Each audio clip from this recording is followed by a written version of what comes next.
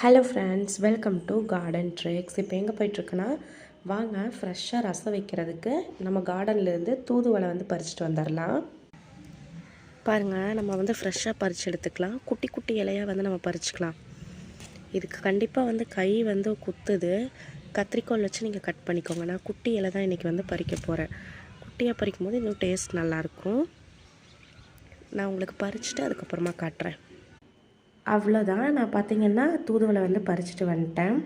இது ஒரு வேளைக்கிழமை நம்ம வச்சுக்கலாம். இந்த தூதுவளை கூட பார்த்திங்கன்னா ரசம் வைக்கிறதுக்கு கொஞ்சமாக ஒரு 4 சின்ன வெங்காயம், ஒரு 4 பல் பூண்டு, கூடவே சீரகம், ஒரே ஒரு மீடியம் சைஸ் தக்காளி, இது அதுக்கப்புறமா தூதுவளை இலை, கொஞ்சமாக கருவேப்பிலை, அதுக்கப்புறமா கொஞ்சம் கொத்தமல்லி இலைகள், இதெல்லாமே சேர்த்துட்டு நல்லா வதக்கி ஆற வச்சு அரைச்சி எடுத்துட்டோம் அப்படின்னா தூதுவளை ரசம் ரெடி.